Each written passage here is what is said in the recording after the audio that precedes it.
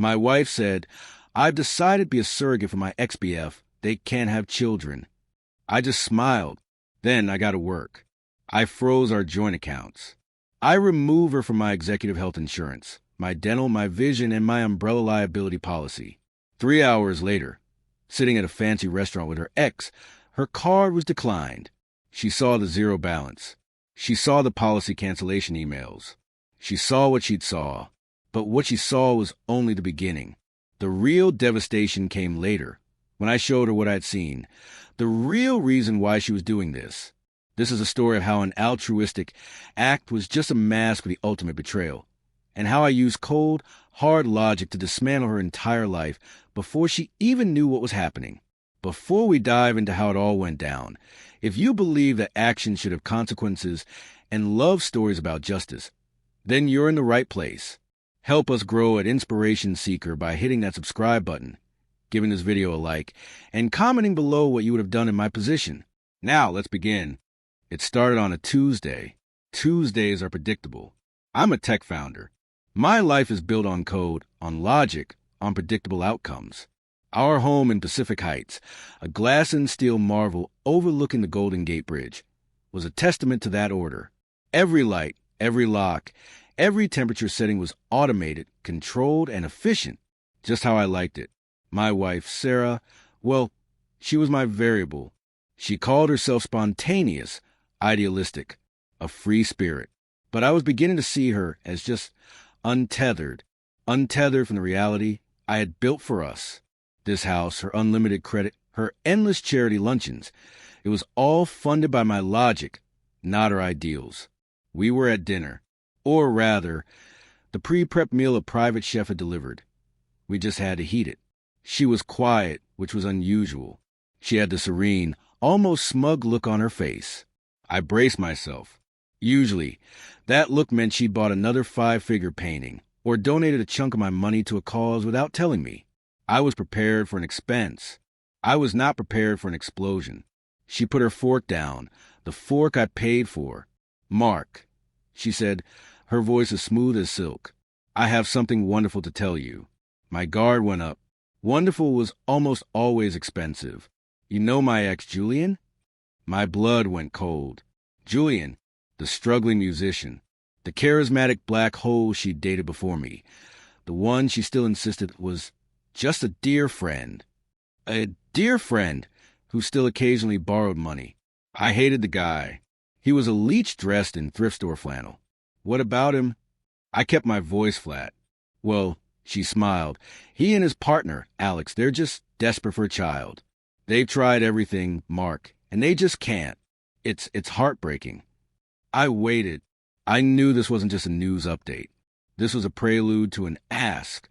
So, she took a deep breath, looking at me with wide, earnest eyes, as if she was expecting a medal. "I've decided to be their surrogate. I'm going to carry their baby." The world stopped. The automated blinds in the dining room whirred, lowering themselves against the sunset. But I didn't hear them.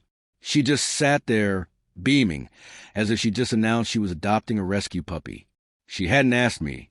She had decided, and she expected me to praise her for it. Any other man would have exploded. They would have yelled. They would have thrown a plate. They would have demanded, "How could you?" Or, "Absolutely not." They would have given her the fight she was clearly expecting. But I don't operate on emotion. I operate on data. And in that 1 second, my mind processed the data. Input: I've decided to be their surrogate. Analysis: this is not a discussion. This is a declaration of intent. Implication 1: financial my executive tier health insurance policy will be used to fund a high-risk pregnancy. Implication 2: liability my assets, my company, my reputation, all are now exposed to the medical and legal risks of a pregnancy that is not mine. Implication 3: personally, the woman I share my bed with has just prioritized her ex-boyfriend's genetic legacy over our marriage, our finances, and my explicit consent. Conclusion: this is not an act of kindness. This is an act of war, disguised as charity. I processed all of this in the time it takes to draw a single breath. She was still looking at me, that beatific smile on her face, waiting for her applause. She had her speech ready for my anger. She had her arguments ready for my objections. She had nothing prepared for my agreement. So I smiled. It wasn't a real smile. It was a smile a predator gives before the chase. It was cold. It was final. It was a digital equivalent of access_denied.exe. I let it linger, just long enough for her own smile to falter, for a flicker of confusion to cross her eyes. She expected a storm. I gave her a vacuum. "Wow, Sarah," I said, my voice perfectly level. "That's quite a decision. Truly selfless." Her smile returned, though slightly less certain. She thought she'd won. "I knew you'd understand, Mark. I knew your heart was in the right place." "Of course," I said, standing up, folding my napkin and placing it neatly by my plate.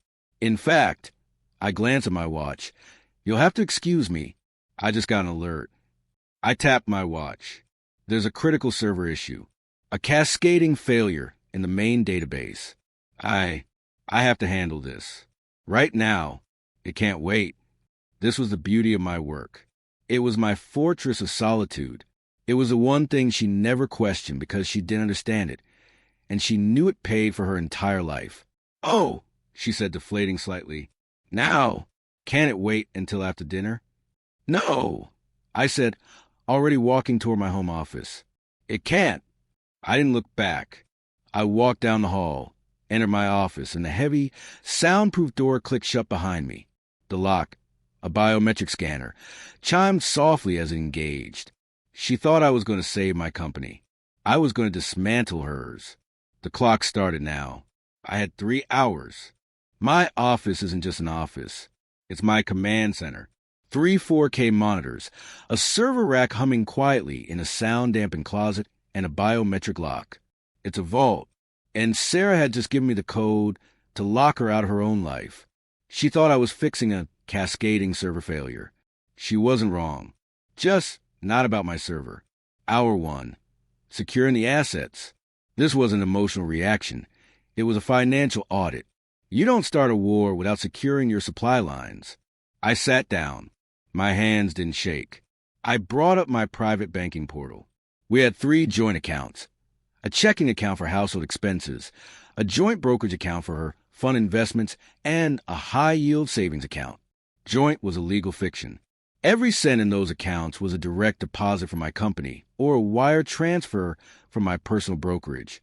She was a signatory, not a contributor. I was simply revoking privileges. Action 1. I opened a new sole proprietorship account under my name. It took 4 minutes. Action 2. I initiated a wire transfer. 99% of the liquid assets from all 3 joint accounts. Gone. Moved. Secured. I left exactly $50 in the checking account. Enough for a cab ride to Julian's apartment. I figured. Or maybe a very cheap lawyer. The brokerage account, holding stock she'd picked, I liquidated. The market was open. It was ruthless, but clean. I initiated the transfer of the resulting cash. The process was silent, digital, and irreversible. Hour 2, cutting the safety nets. A fortress is only as strong as its weakest entry point. Sarah had just become a catastrophic security risk. A high-risk pregnancy, which any surrogate pregnancy is classified as on my executive health plan, that was a multi-$100,000 liability. I picked up my phone. I didn't call the 1-800 number. I called David, my private broker. "David," I said, my voice calm, "I need to make an immediate change to my policies." "Mark, everything okay?" "Everything is under control. I need to remove Sarah from my executive health plan. Effective now." There was a pause. A long pause. "Mark, that's a significant move. Legally, I have to advise." "I understand." I cut him off. "She has decided to pursue a medical procedure I do not consent to, one that presents a massive liability. Remove her. And while you're at it, remove her from my dental, my vision, and my umbrella liability policy. Send me the confirmation emails."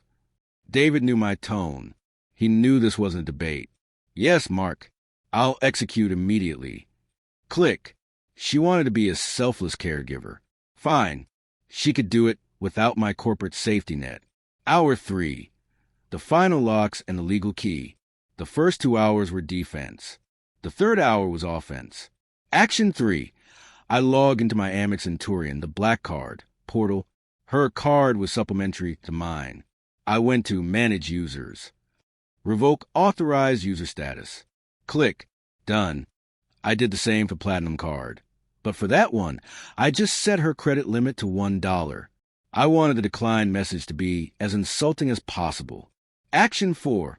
The final call. I had one lawyer on retainer for business and one for betrayal. Her name was Rebecca.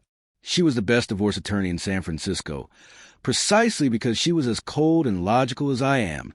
She picked up on the first ring. "Rebecca, it's Mark." "Mark," she said. Her voice was already sharp. "It's 8:30 p.m. This is it, isn't it?" "It is. Activate the betrayal clause in the post-nup. Start the divorce proceedings. Now. Tonight." "Understood." Rebecca said, no emotion. "What's the catalyst?" "She just informed me she's decided to become a surrogate for her ex-boyfriend." Rebecca actually let out a short, sharp laugh. "Oh, Mark, she just handed you her entire future on a silver platter. I'll have the petition filed by morning. Check your email." I hung up. I looked at the clock. 3 hours and 2 minutes. My work was done. I leaned back in my chair. Now, I just had to wait for the first ping, the first notification that the program I had just run had finally made contact with the user. It wouldn't be long. She was, after all, out celebrating her wonderful news. I didn't have to wait long. Back in my command center, I wasn't just waiting. I was monitoring. I had the alerts for our joint accounts and credit cards routed to my primary dashboard. I was a spider, sitting in the center of my web, waiting for the first tremor. I pictured the scene. I knew exactly where she'd go. Zuni Cafe? No, too casual. Quince? Yes, that was it. Pretentious, obnoxiously expensive, and the kind of place Julian would never be able to afford on his own. It was a place I had taken her. She was celebrating her new life by dining out on the last fumes of her old one. I could see her, holding court, bragging. Mark was so understanding. I imagine her saying, lifting a glass of champagne that I was, until 3 hours ago, paying for. He's just so supportive. He saw how much this meant to me. Julian would be smiling, that slick, charming smile of his, already calculating. He wouldn't be seeing her friend. He'd be seeing a walking trust fund, an incubator with premium health benefits. He and his partner, Alex, would be toasting her, calling her a saint, an angel. And Sarah, high on her own perceived nobility, would have soaked it all in. Then the check would arrive. $800. Easily. I saw her reach into her designer bag, the one I bought her on our last trip to Milan, and pull out the Amex Centurion, the black card, the ultimate status symbol.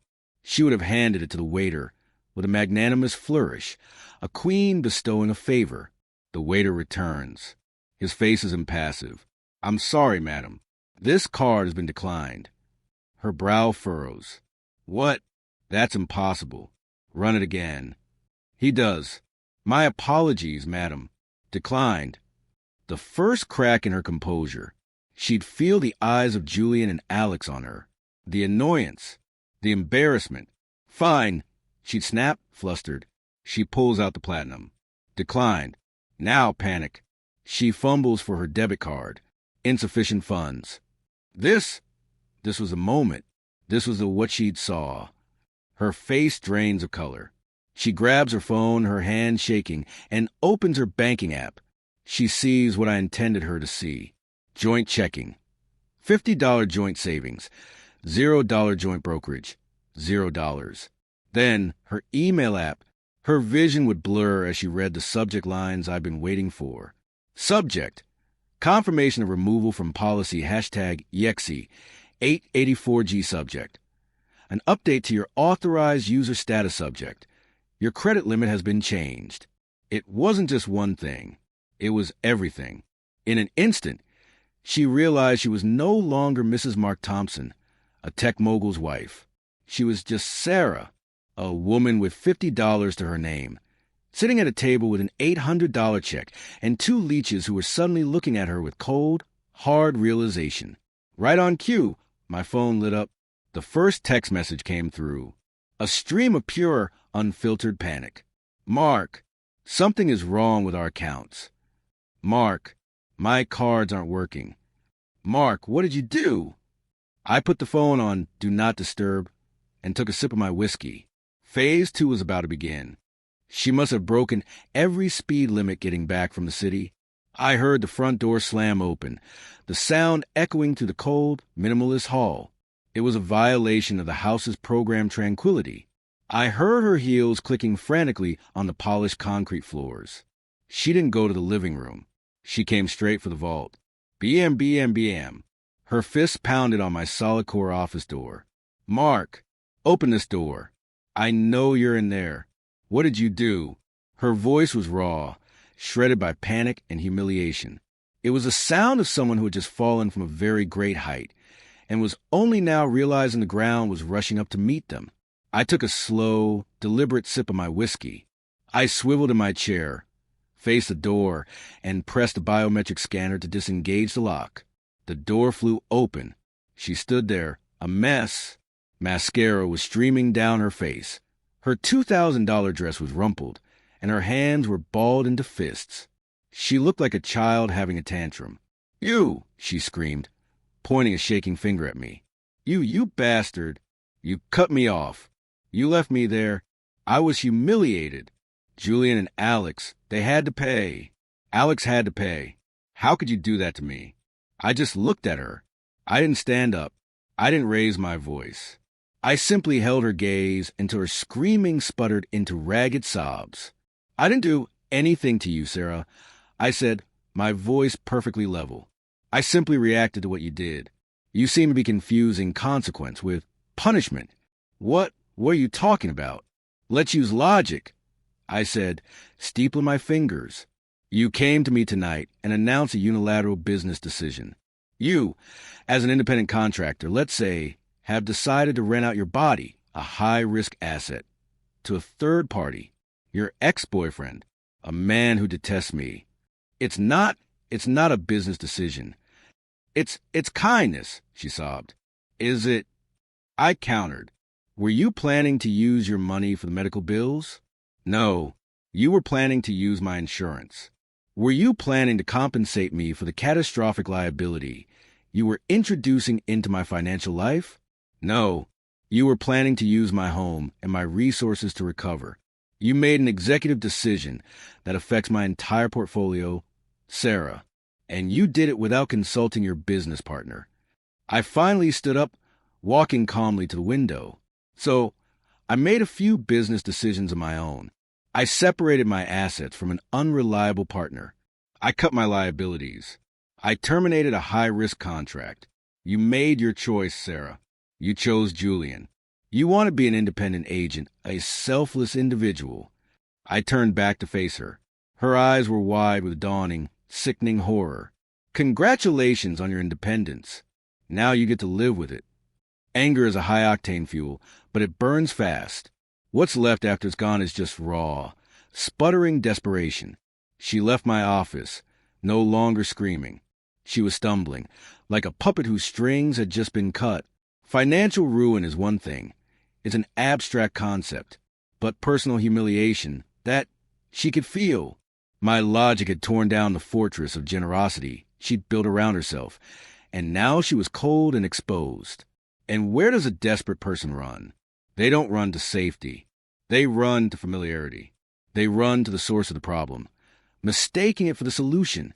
She got back in her car, the Tesla Model S leased in my company's name, which I would soon be reporting for repossession, and went to the only person she thought would understand. She went to Julian. She must have stormed into his grimy apartment in the Mission District, a place that reeked of stale beer and failed ambition. She must have burst in, weeping, her eyes red from the shame, and collapsed into his arms. Mark! He cut me off, she must have sobbed. The accounts, they're all empty. The insurance, he canceled it. He knows. She was expecting comfort. She was expecting Julian to hold her and say, "It doesn't matter, Sarah. We'll figure this out. The only thing that matters is you. But Sarah, in her foolish idealism, never understood what Julian was. He isn't a lover, he's an opportunist. He didn't hear the pain in her voice. He heard the problem in his plan. I can picture it perfectly. Julian pushing her away. That phony, charismatic face of his hardening. Wait, what do you mean, canceled? He moved all the money. He took me off the insurance. And there it was. Julian's face wouldn't have shown concern for her. It would have shown panic for himself. The insurance? He would have snapped. What about the doctors? What about the premium care at UCSF? Sarah, that was the whole point. We were counting on Mark's executive policy. We can't do this on Medi-Cal. Alex won't agree. And that was it. Not you, not the baby, but the executive policy. It was Sarah's second sickening realization of the night. The first was digital. This one was visceral. She wasn't a friend, helping. She wasn't an angel or a savior. She was just a shortcut. She was a luxury incubator, chosen because she came with a premium benefits package and an unlimited credit line to cover incidentals. And she had just informed Julian that the product she was offering had been downgraded from a luxury good to an uninsured, high-risk liability. She looked into Julian's eyes and, for the first time, she didn't see the man she'd loved. She saw a man who saw her exactly as I now did. A breached contract. A cornered animal has two options: play dead or lash out. Sarah, having just discovered her entire support system was a fraud, chose to lash out. She couldn't hurt Julian. He had nothing for her to take. So she aimed her remaining fury at me. She must have spent the entire night on the phone, calling every high-powered divorce attorney in the Bay Area. She was trying to find a shark, someone who would take her case on contingency, someone who smelled blood in the water and saw the name Mark Thompson as a billion-dollar payday. She found one, a real bottom feeder with a top-floor office. By 9 a.m. the next morning, my lawyer, Rebecca, received his initial filing. It was predictable. A laundry list of accusations: financial abuse, spousal abandonment, extreme emotional distress. He was demanding I immediately reinstate all her accounts, pay for her legal fees, and provide $100,000 a month in temporary alimony. He was, in short, an idiot. Rebecca didn't even call him. She simply replied to his email. She attached one file. It was our post-nuptial agreement. When my company went public, I insisted on a post-nup. Sarah had called it unromantic. I called it smart. She signed it without reading it, too busy planning the party to celebrate our new wealth. Rebecca's email was short. It just pointed Sarah's new lawyer to one specific section, Article 4, Clause C, the betrayal clause. I had it drafted specifically for this. It stated in ironclad legal language that in the event of a divorce, Sarah was entitled to a 10% stake in my liquid assets, unless the dissolution was a direct result of an act of gross personal or financial betrayal.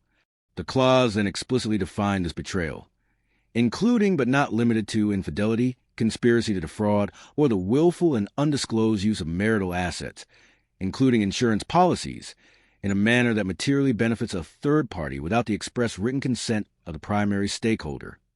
Rebecca's email concluded, "My client considers agreeing to carry your client's ex-boyfriend's child with the full intention of funding this high-risk procedure using my client's assets and executive insurance policy to be a textbook definition of gross personal and financial betrayal.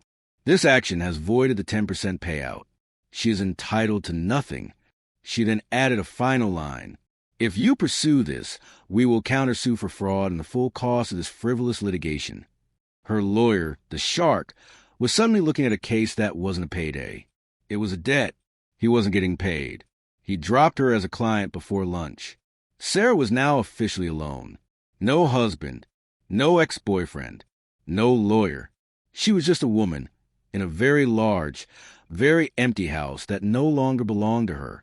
But she still didn't know the worst of it. She thought her plan had failed. She hadn't yet realized that I knew her conspiracy. She found me back in my office. The fight was gone. The hysteria was gone. All that was left was a hollow shell, desperate for a lifeline. Mark, Please, she whispered, standing in the doorway. She wouldn't enter. I made a mistake. A horrible, stupid mistake. I see that now. But nothing? Am I really left with nothing? After 8 years. She was trying to appeal to the man I used to be. But that man was as gone as the money in her accounts. You're right, I said, swiveling in my chair. You're not left with nothing. You're left with the truth. You seem to think I did all this, froze the accounts, called Rebecca, because you made a stupid mistake, because you wanted to be a surrogate. I shook my head slowly. That's not why. I picked up my tablet from the desk. You see, she saw what she'd saw wasn't just the bank accounts. That was just the appetizer. This is the main course. This was the real, then in those 3 hours, I explained calmly, I wasn't just moving assets. My company employs one of the best digital forensics teams on the planet. While you were driving to Quince, I gave them a very simple task. Recover all deleted text data from your phone's cloud backup for the last 6 months. Her face went from pale to the color of ash. It's amazing what people think deleting means, I continued, turning the tablet screen toward her. I wasn't looking for infidelity. Sarah, I was looking for intent. And I found it. I started to read from the screen. Text messages between her and Julian. Julian, 6 months ago he'll never agree. He hates me. Sarah, he doesn't have to agree. I'll just tell him. He's so obsessed with his image, he won't make a scene.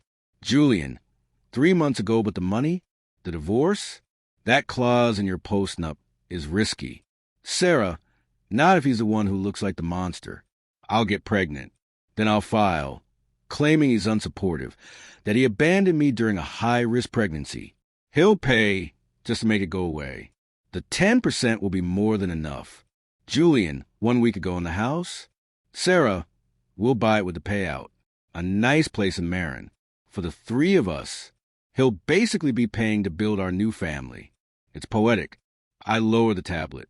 She was sliding down the doorframe, her legs unable to hold her. The surrogacy, I stated, was a lie. It was step 1 in a 6-month conspiracy to defraud me, to paint me as the villain, secure a multi-million-dollar payout, and use my money to buy a house for you, your ex and his partner. I walked over and stood above her. You didn't see what you saw 3 hours later, Sarah. You're seeing it right now. Your own words, your own plan. This is what I saw. And this is why you were left with nothing. She didn't speak. She couldn't. What was there to say? The code had been laid bare, and it was irrefutable. She just sat on the floor by my office door, crumpled, the righteous, selfless angel from Dinner Was Gone, replaced by a common criminal, a failed one. I didn't offer a hand. I didn't offer a glass of water. I stepped back to my desk and picked up my phone. Sarah, you are now trespassing in my home. You have 60 minutes to pack 1 bag with your personal essentials. If you are not off this property by then, I will have my security escort you out. She looked up, her eyes wide with one last, desperate plea. Mark, please, will I go?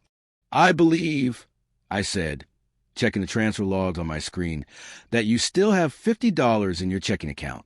That should be sufficient for an Uber to your co-conspirator's apartment. It took her 45 minutes.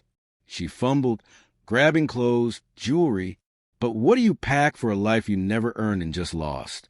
She walked out the front door, the one I'd carried her through as a bride, and she didn't look back. She got into a Toyota Prius, a ride share. It was a fitting downgrade from the Tesla she'd been driving that morning.